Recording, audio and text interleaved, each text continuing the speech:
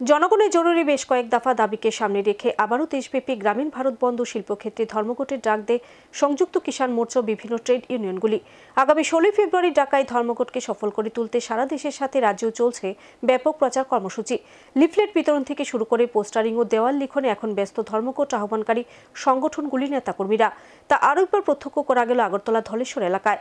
CITU রাজ্য সাধারণ সম্পাদকের উপস্থিতিতে ধলেশ্বর এলাকায় চলে ধর্মঘটের সমর্থনে দেওয়াল লিখন কর্মসূচি।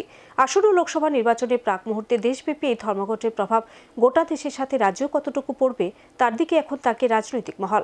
নরেন্দ্র মোদী নেতৃত্বাধীন কেন্দ্রীয় সরকার প্রতিষ্ঠিত হবার পর দেশের শ্রমজীবী থেকে শুরু করে বিভিন্ন পেশার সাথে যুক্ত মানুষ নানা সমস্যার সম্মুখীন। ক্ষমতায় আসার আগে নরেন্দ্র মোদী দেশবাসীকে যেসব প্রতিশ্রুতি দিয়েছিলেন তা একটাও কার্যকর করেননি। উল্টো একের পর এক দানবীয় আইন প্রণয়নের মধ্য দিয়ে মানুষকে কঠিন পরিস্থিতির সম্মুখে ঠেলে দিচ্ছে। এরকমই অভিযোগ এনে লোকসভা নির্বাচনের ঠিক প্রাক মুহূর্তে জনজীবনে জরুরি বেশ কিছু দাবিকে সামনে রেখে গ্রামীণ ভারত বন্ধ ও শিল্পক্ষেত্রে ধর্মঘটের ডাক দেয় সংযুক্ত কিষাণ মোর্চা ও ট্রেড ইউনিয়নগুলি। আর এই ধর্মঘটকে সমর্থন জানিয়েছে দেশের বিভিন্ন ছাত্র, যুব, কৃষক, কর্মচারী সংগঠন। আগামী 16 ফেব্রুয়ারি দেশজুড়ে অনুষ্ঠিত হবে এই ধর্মঘট। এই ধর্মঘটকে সফল করে তোলার জন্য গোটা দেশজুড়ে চলছে এখন সংগঠনগুলির উদ্যোগে ব্যাপক প্রচার কর্মসূচি। এক্ষেত্রে পিছিয়ে নিয়ে যেন বিজেপি শাসিত রাজ্য ত্রিপুরাও। সংযুক্ত কিষাণ মোর্চা ও সিআইটিউর উদ্যোগে গোটা রাজ্য জুড়ে ধর্মঘটের সমর্থনে চলছে প্রচার। দাবিগুলিকে সামনে রেখে লিফলেট বিতরণ, পোস্টারিং এর পাশাপাশি এবার শুরু হলো দেওয়াল লিখন। শুক্রবার এমনটি দেখা গেল রাজধানী আগরতলা ধলেশ্বর এলাকায়। সিআইটিউ রাজ্য সম্পাদক প্রাক্তন সাংসদ শঙ্কর প্রসাদ দত্ত ও সিপিআইএম পূর্ব আগরতলা অঞ্চল কমিটির সদস্যদের উপস্থিতিতে এদিন চলে ধর্মঘটের সমর্থনে দেওয়াল লিখন কর্মসূচি। লোকসভা নির্বাচন এখন শুধু সময়ের অপেক্ষা যেন।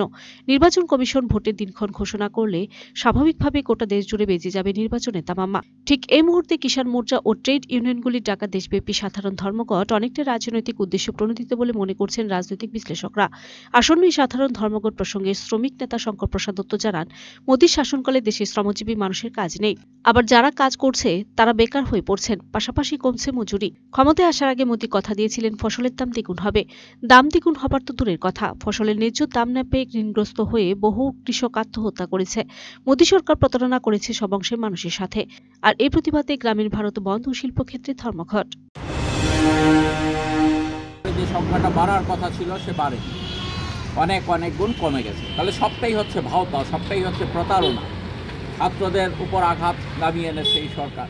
এই সবটারই প্রতিবাদে আগামী 16 ফেব্রুয়ারি আমাদের দেশে ধর্মঘট হতে যাচ্ছে। আপনারা দেখছেন পরিবহন শিল্পের শ্রমিকরা, তাদের আগে তারা যদি কোনো রকম সেখানে অ্যাক্সিডেন্ট মিট করতেন, সেখানে 2 বছর সর্বোচ্চ জেল ছিল। এটা পরিবর্তন করে 10 বছর জেলের ব্যবস্থা করে।